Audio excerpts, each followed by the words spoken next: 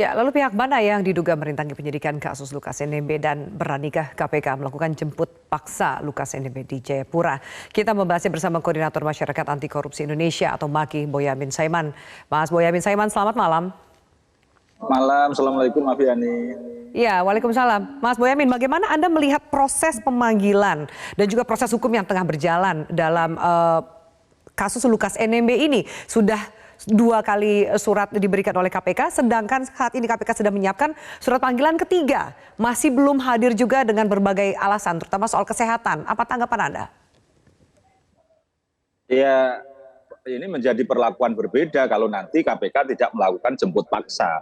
Karena dulu Setia Novanto itu kan dijemput paksa, Afiani. Dan padahal waktu itu pakai drama benjol Bak Pao, terus juga rumah sakit, segala juga yang banyak drama lah waktu itu, dan KPK tetap bersikukuh untuk membawa yang bersangkutan dan kemudian bahkan ditahan gitu kan. Persoalan kemudian dibawa ke rumah sakit untuk memastikan sehat atau tidak sehat. Jadi saya meminta KPK untuk memperlakukan yang sama terhadap Lukas NMB dengan Setia Novanto. Kalau tidak berarti memang KPK menjadi perlakuan yang berbeda. Dan kalau ini saya juga mengingatkan, KPK pernah menangani juga kasus yang katakanlah berbau politik, yaitu adalah Irwandi Yusuf, Gubernur Aceh, juga pernah ditangani, berhasil sampai putusan vonis segala macam. Dan saya kira Lukas NMB sama-sama gubernur daerah istimewa juga gitu. Jadi ini yang seharusnya kalau memang ada dugaan korupsi juga justru harus istilah saya ya tegas, mestinya ini pencegahan sudah lama mestinya. Ini juga termasuk bahasa saya kegagalan kita semua mencegah supaya tidak terjadi korupsi dana-dana otsus baik yang di Papua maupun yang di Aceh. Dan itu saya kira kemudian inilah langkah tegas KPK yang kita tuntut sekarang. Oke, Mas Boyamin, apa yang menurut Anda membuat KPK terlihat kesulitan untuk memanggil Lukas NMB, atau jangan-jangan ada pihak yang mencoba merintangi penyidikan kasus Gubernur Papua ini? Ya menurut saya sih mungkin ini sambil meredam suasana karena kemarin ada demonstrasi besar-besaran dan itu supaya agak cooling down dulu baru nanti melakukan upaya paksa kira-kira gitu. Tapi ya jangan terlalu lama dong gitu kan. Nanti kalau terlalu lama kan juga akhirnya menjadi masyarakat Papua pun yang dalam pengertian ingin mendukung penuntasan korupsi ini akhirnya jadi ragu, dan juga mendukung Pak Lukas NMB jadi juga ragu. Sebenarnya jangan-jangan memang KPK tidak punya bukti sehingga menjadi isu yang berkembang kemana-mana. Dan sebenarnya ini karena KPK ini sudah menyalai pakem bahasanya begitu.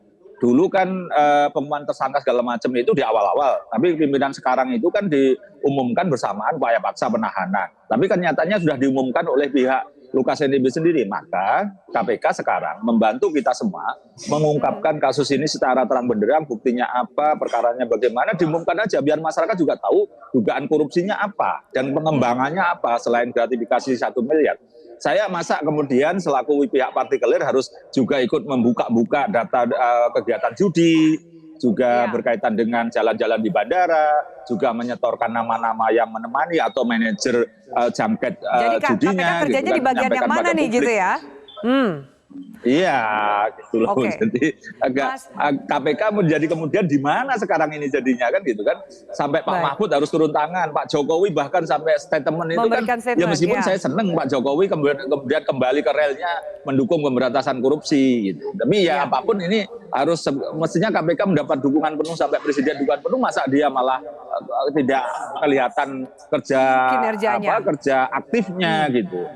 Situasi hari ini tadi kami baru saja mendapatkan laporan dari rekan kami yang ada di sana. Situasinya keamanannya baik dan juga kondusif. Kita tahu juga bahwa dari tokoh masyarakat di Papua sudah mendorong untuk Lukas NMB menjalani proses hukumnya. Tapi di satu sisi mungkin ada pertimbangan dari situasi keamanan, ada juga sekelompok masyarakat yang masih mendukung atau membela Lukas NMB lewat sempat terjadi demonstrasi cukup besar. Apa yang perlu dilakukan menurut Anda? Karena seakan-akan si malakama, di mana Alex Marwata juga mengatakan tidak ingin ada konflik nanti ke depannya di tanah Papua. Ya justru ketika ini KPK tidak tegas ini malah menimbulkan peluang konflik malahan.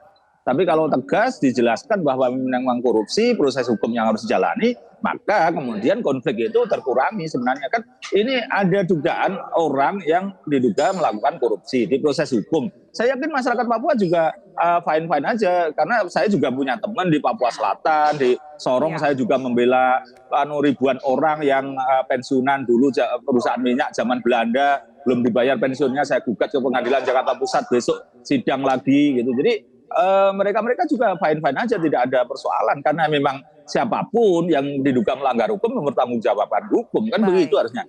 Dan Pak Lukas NMB itu kan juga memakai jalur hukum dalam proses dia disahkan jadi gubernur. Itu kan sekarang ketika pada posisi ini sekarang berhadapan dengan hukum, ya harusnya dipatuhi menjadi teladan yang baik, kan harusnya gitu. Iya. Mas Boyamin, apa mungkin KPK menunggu surat panggilan ketiga? Biasanya setelah surat panggilan ketiga baru pemanggilan paksa atau jemput paksa dilakukan. Masihkah menurut Anda momentumnya ada?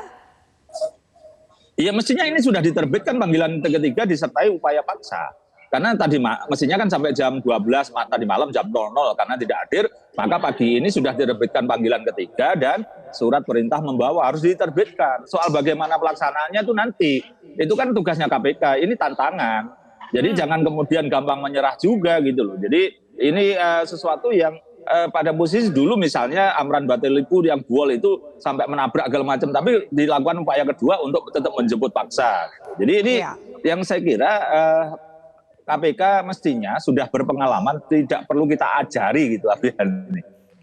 Ya, tidak perlu diajari, ditunjukkan aja lewat aksi keseriusan dari KPK untuk memproses Lukas NMB jika memang ternyata kemudian ada bukti yang mendukung. Mas Boyamin, Anda juga sempat bahkan meminta SBY untuk turun gunung membujuk Lukas NMB untuk memenuhi panggilan KPK. Kenapa sampai kemudian harus seorang SBY Anda minta turun gunung menunjuk Lukas NMB? Satu, ini adalah beliau presiden zaman Pak Lukas NMB jadi gubernur awal-awal. Kedua, kalau sisi dari Partai Demokrat, karena kan Pak Presiden sudah selaku kepala negara, kepala pemerintahan, Pak Mahfud sudah. Nah, biasanya itu himbauan dulu pernah juga Pak Aziz Samsudin itu dihimbau oleh Pak Erlangga selaku ketua umum partai untuk kooperatif. Nah, ini saya meniru-niru aja itu. Banyak yang saya tiru, saya contohkan sekarang Pak SBY itu kan apapun sesepuh senior di Partai Demokrat. Sementara Pak Lukas NMB adalah ketua Partai Demokrat Papua. Ya mestinya selain Pak SBY, Pak AHY juga menghimbau mestinya ini supaya Pak Lukas ini mematuhi hukum dengan cara mendatangi panggilan KPK. Sebenarnya ini kan pesan moral aja lah. Semua orang yang bertanggung jawab terhadap kebaikan negeri ini maka butuh dukungannya untuk meminta semua orang patuh hukum. Presiden sudah.